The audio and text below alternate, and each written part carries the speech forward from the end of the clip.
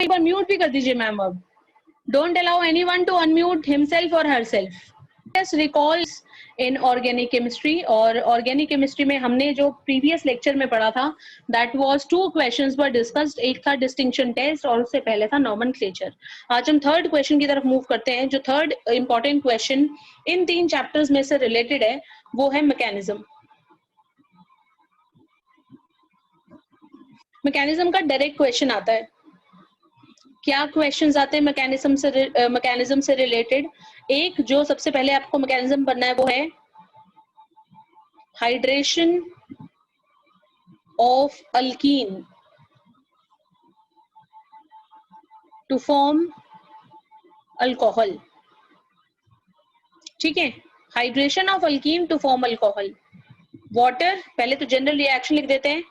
CH2 double bond CH2 plus H2O in the presence of H2SO4 will give CH3CH2OH. अब इसका mechanism लिख रही हूँ. First step, generation of electrophile. H positive will react with water to form H3O positive which is an electrophile.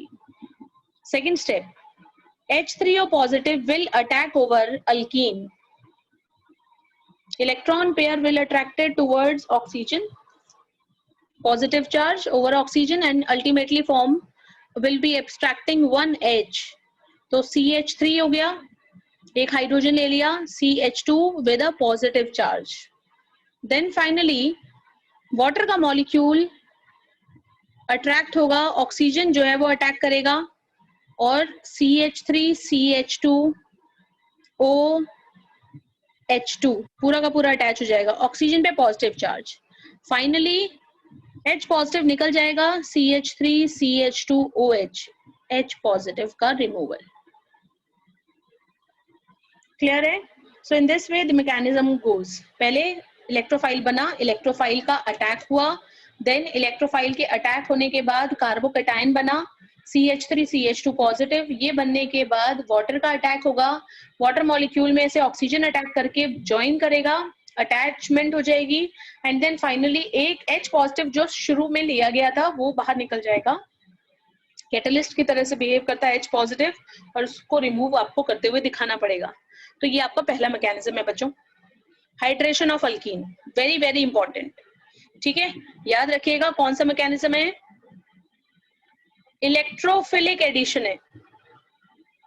बिना electrophile बनाए काम नहीं होगा. दूसरी बात, ऐसा कोई क्वेश्चन भी हो सकता है जो आपके एमसीक्यूज में इस तरह से क्वेश्चन आ सकता है कि क्या इसमें कार्बोकैटायन बनता है, कार्बेनाइन बनता है, तो भाई क्या बनता है इसमें, कार्बोकैटायन बनता है. ठीक है, और कार्बोकैटायन की स्टेबिलिटी ऑर्डर क्या है, कार्बोकैटायन की स्टेबिलिटी ऑर्डर है टर्शरी, सेकेंडरी, प्राइमरी. तो अगर कहीं पर जरूरत होती है तो उसके अकॉर्डिंगली हम इस पर्टिकुलर रूल को यूज भी कर लेते हैं. तो ये आपका मैकेनिज्म हो गया first. Second mechanism, dehydration of alcohol to form alkene. अब उल्टा है, यहाँ पे वाटर ऐड किया था, यहाँ वाटर का रिमूवल दिखाना है. अल्कोहल में पहले सिंपल रिएक्शन लिखोगे कोई, CH3 CH2OH.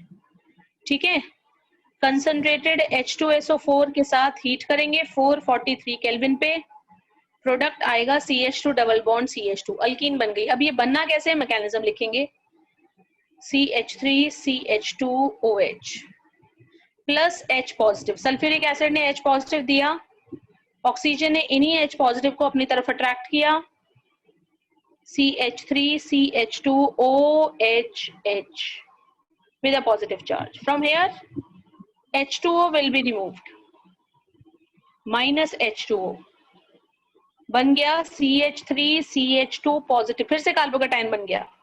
अब यहाँ से लास्ट स्टेप में एक हाइड्रोजन आपने ऐड किया था, इसमें से माइनस H पॉजिटिव कर दो, यहाँ से एक हाइड्रोजन निकलते हुए दिखा दो और ये आपका फाइनल प्रोडक्ट हो गया CH2 डबल बॉन्ड CH2. इसको मतलब CH3 ना लिख के CH2H लिखना और फिर यहाँ से H को ऐसे निकलते हुए दिखा देना.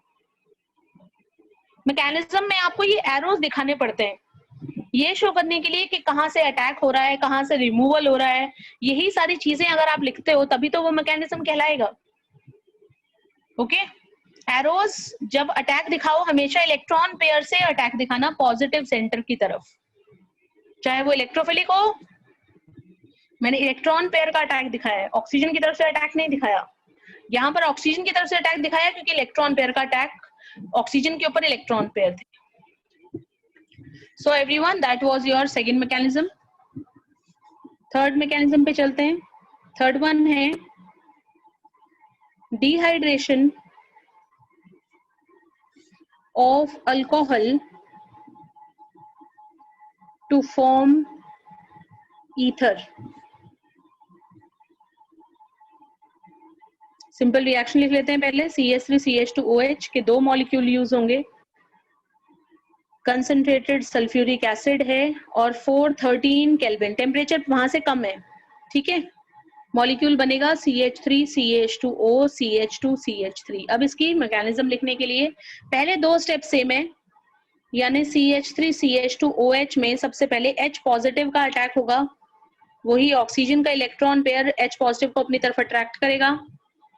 CH3CH2OHH, right. ऑक्सीजन पे क्या आ गया? पॉजिटिव चार्ज आ गया। फिर से वाटर का रिमूवल हो जाएगा, -H2O, CH3CH2 पॉजिटिव रह गया। अब यहां से प्रोटॉन का रिमूवल होने की बजाय ये खुद जो है रिएक्शन करेगा किसके साथ? एक और मॉलिक्यूल CH3CH2OH के साथ। ऑक्सीजन यहाँ पर जो है वो फिर से इस पॉजिटिव सेंटर की तरफ अट्रैक्ट होगा और मॉलिक्यूल बन जाएगा CH3CH2OH और साथ में CH2CH3। ऑक्सीजन पे फिर से पॉजिटिव चार्ज आ गया। इस पॉजिटिव चार्ज को हटाने के लिए H रिमूव हो जाएगा, -H positive, and you will get your final compound CH3CH2O CH2CH3। इसके बाद आता है बच्चों फोर्थ मैकेनिज्म। जो फोर्थ मैकेनिज्म है दैट इज ऑफ ईथर्स। जब ईथर के अंदर कोई भी हाइड्रोजन एसिड डालेंगे, हेलोजन एसिड डालेंगे, जैसे मैकेनिज्म ऑफ एडिशन ऑफ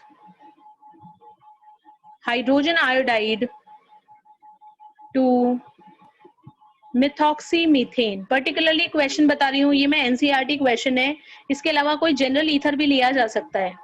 तो CH3OCH3 पहले रिएक्शन लिख लेते हैं, प्लस HI, रिएक्शन के बाद मिलेगा CH3OH plus CH3I। Simple mechanism.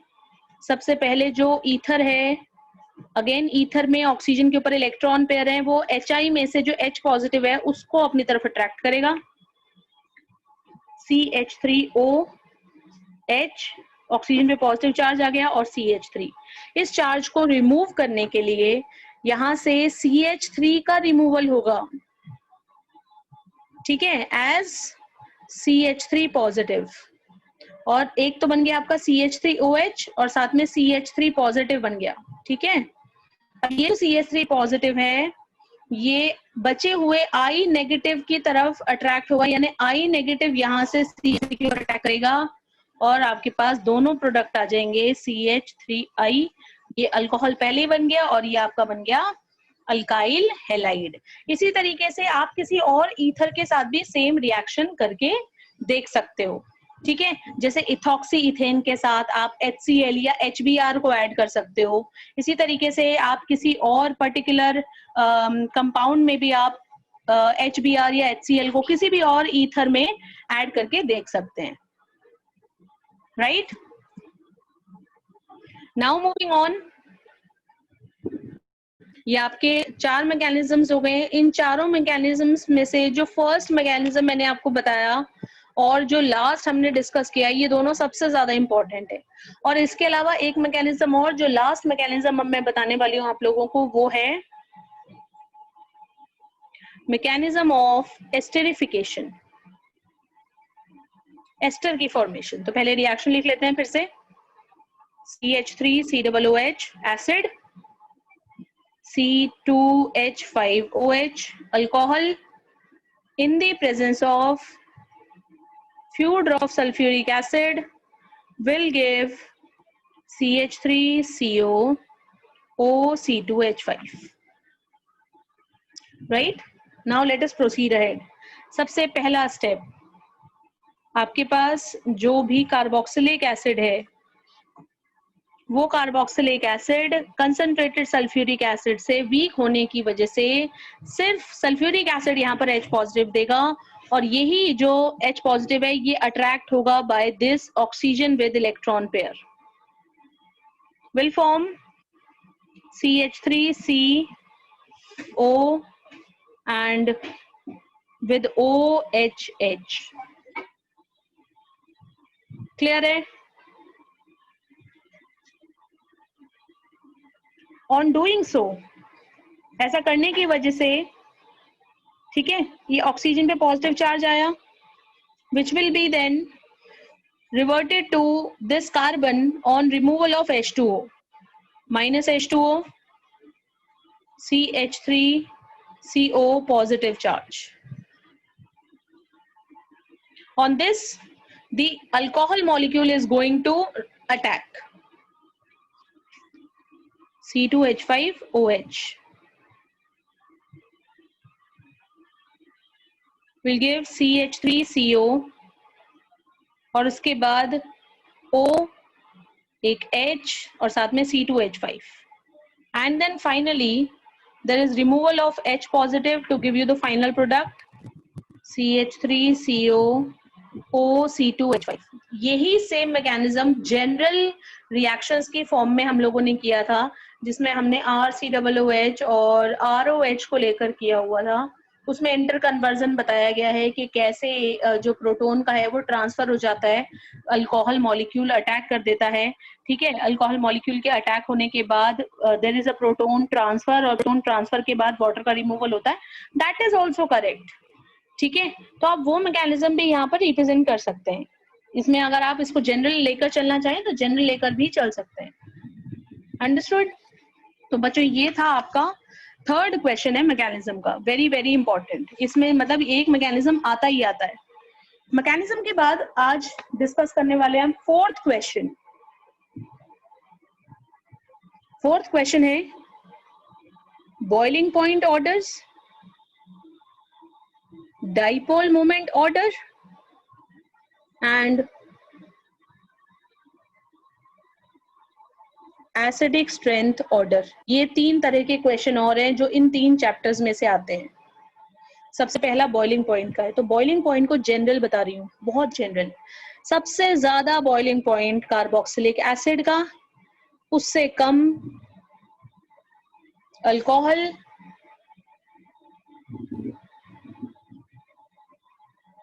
फिर उससे कम कीटोन, एल्डिहाइड,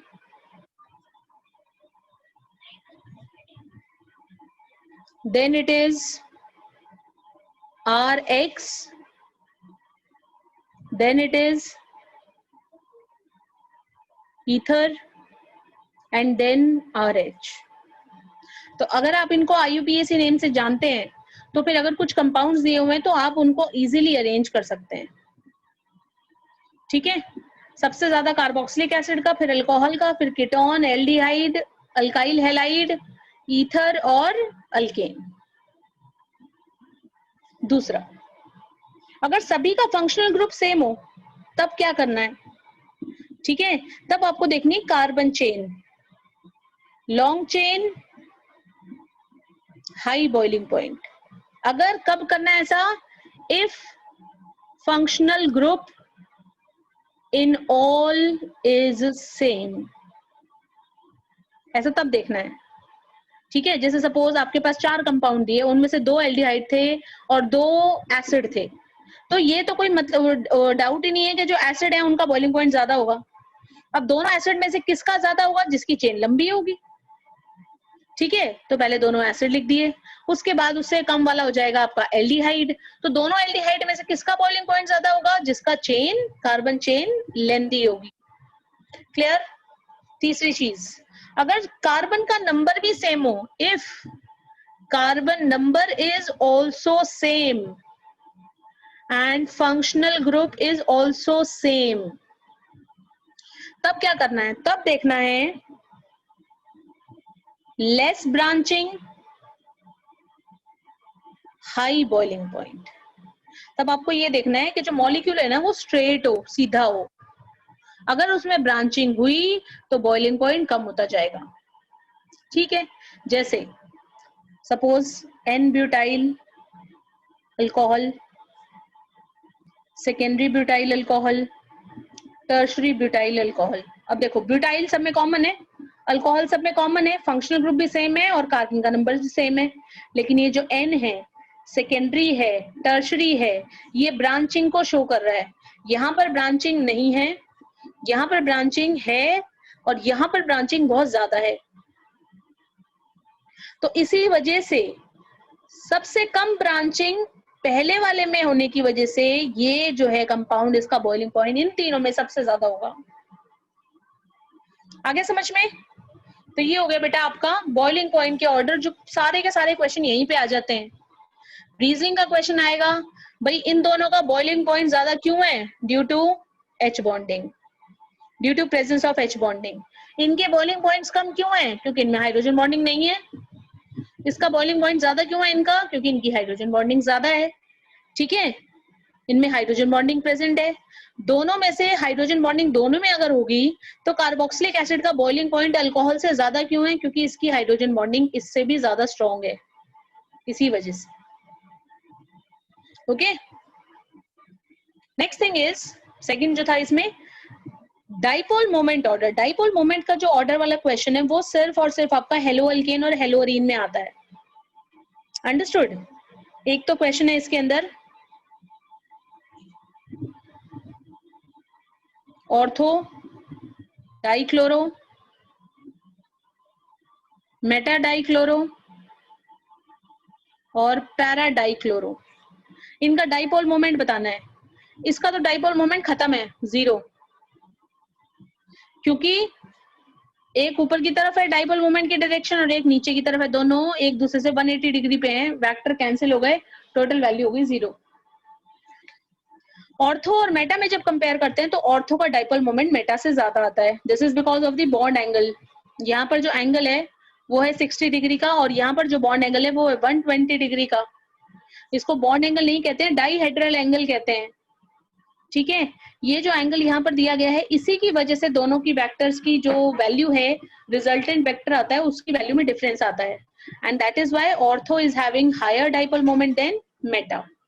तो ये आपको ऑर्डर पता होना चाहिए। दूसरा CH3F, CH3Cl, CH3Br और CH3I, इन चारों का अगर डाइपोल मोमेंट कंपेयर करते हैं, ठीक है, तो यहाँ पर जो डाइपोल मोमेंट की क्वांटिटी है वो डिपेंड करती है चार्ज के ऊपर। वैसे तो डिस्टेंस पे भी करती है, लेकिन यहाँ पर मेजॉरिटी आ जाती है चार्ज की। इसी वजह से डाइपोल मोमेंट सबसे ज्यादा फ्लोरो, फिर क्लोरो, फिर ब्रोमो और सबसे कम आयोडो। ओके, CCl4 का डाइपोल मोमेंट 0 है। क्यों? सेम रीजन, ऐसा वाला कि 4 वेक्टर्स होंगे, चारों एक दूसरे से इस तरीके से अलाइन है कि ओवरऑल जो रिजल्टेंट वेक्टर आता है वो 0 आ जाता है। तो CCl4 का डाइपोल मोमेंट 0 है। ये डाइपोल मोमेंट के क्वेश्चंस हैं। ठीक है जी, आगे मूव करते हैं। एसिडिक स्ट्रेंथ के ऑर्डर। एसिडिक स्ट्रेंथ के जो ऑर्डर है ना, ये बड़े इंपॉर्टेंट क्वेश्चंस हैं। आ जाओ।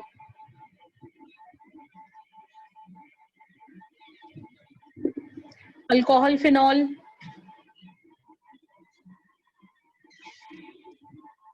कौन सा एसिडिक है? फिनॉल। क्यों? Due to resonance, phenoxide ion is more stable. Resonance की वजह से फिनॉक्साइड आयन स्टेबल हो जाता है, इसलिए फिनॉल ज्यादा एसिडिक है। यहाँ पर जो आयन होता है वो आपका स्टेबल नहीं होता रेजोनेंस में, इसमें कोई रेजोनेंस नहीं होती अल्कोहल में। नेक्स्ट थिंग, नेक्स्ट वाला क्वेश्चन जो है वो है जैसे मैं आपको रिवीजन के पॉइंट ऑफ व्यू से बता रही हूँ, तो मैं इंपॉर्टेंट क्वेश्चंस ही बता रही हूँ बच्चों. फिनॉल और carboxylic acid, which is more acidic? Carboxylic acid. Why? Due to more stable carboxylate ion, in which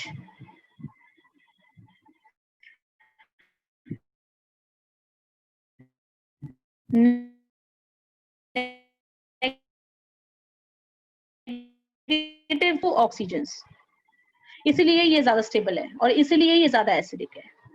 ठीक है जी. देन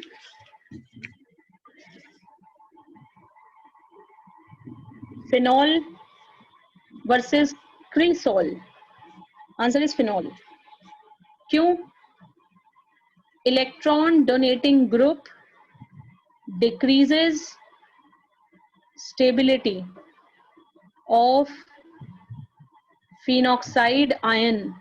क्रिसॉल के अंदर ऑर्थो मेटा पैरा क्रिसॉल तीनों होते हैं, उनके अंदर CH3 ग्रुप होता है. CH3 group is electron donating और वो स्टेबिलिटी को डिक्रीज करता है. So this is your answer. Phenol versus nitrophenol. Nitrophenol भी अलग अलग तरीके के होते हैं. 2, 4, 6 भी होता है. 3 भी लगे हो सकते हैं, 2 भी लगे हो सकते हैं, 1 भी लगा हो सकता है. कोई भी लगाओ, 1, 2, 3, कितने भी नाइट्रो ग्रुप लगे हो, नाइट्रोफिनॉल ज्यादा एसिडिक होगा. ठीक है. क्यों ज्यादा एसिडिक है? क्योंकि electron withdrawing group increases stability of phenoxide ion. तो जब एक स्टेबल बनाएगा तो 2 और ज्यादा स्टेबल बनाएंगे, 3 उससे भी ज्यादा स्टेबल बनाएंगे. तो जितने ज्यादा नाइट्रो ग्रुप लगे होंगे उतनी स्टेबिलिटी बढ़ती जाएगी. ये रहा एक, सॉरी NO2, ये रहे आपके 2 NO2 और फिर ऐसे ही 3 भी हो सकते हैं. हाँ भाई, और 3 वाले का नाम है भाई पिक्रिक एसिड, इसलिए उसको पिक्रिक एसिड कहते हैं. कोई कार्बोक्सिलिक एसिड ग्रुप नहीं है, लेकिन इतना ज्यादा एसिडिक हो गया है कि उसका नाम ही पिक्रिक एसिड रखा गया है. एक था, यहाँ 2 और यहाँ 3. ठीक है. देन एक स्पेशल क्वेश्चन, NCERT क्वेश्चन है. ऑर्थोमेथॉक्सी एंड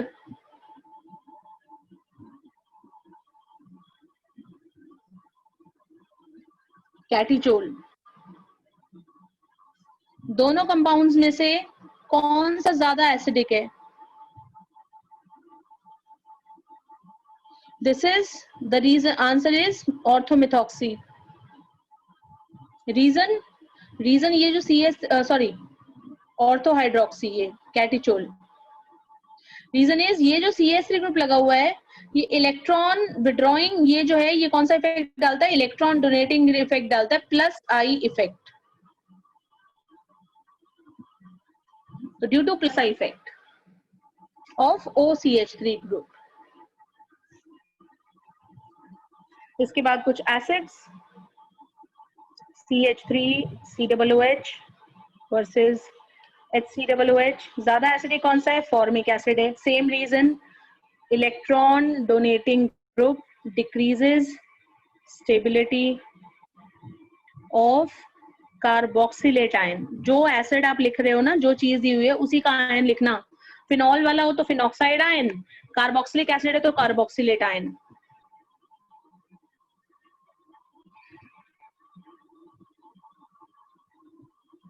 फ्लोरीन आ गया. फ्लोरीन का क्या काम होता है?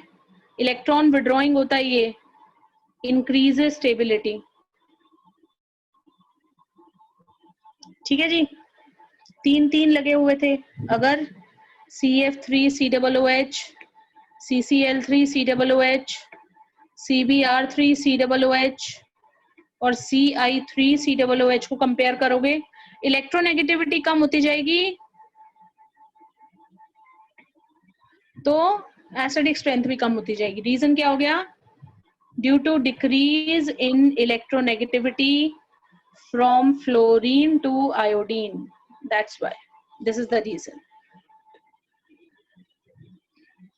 ऐसा ही एक स्पेशल क्वेश्चन है, CH3 CH2 CHBr COOH, Br की बजाय कोई और हेलोजन भी दे सकते थे, CH3 CHBr CH2 COOH और CH2Br CH2 CH2 COOH। सब में कार्बन का नंबर सेम है, सब में हेलोजन भी सेम है, सिर्फ हेलोजन की पोजीशन अलग अलग है। तो जब COOH के सबसे ज्यादा नजदीक होगा तो एसिडिक होगा ज्यादा, जितना दूर होता जाएगा उतनी एसिडिक स्ट्रेंथ कम होती जाएगी।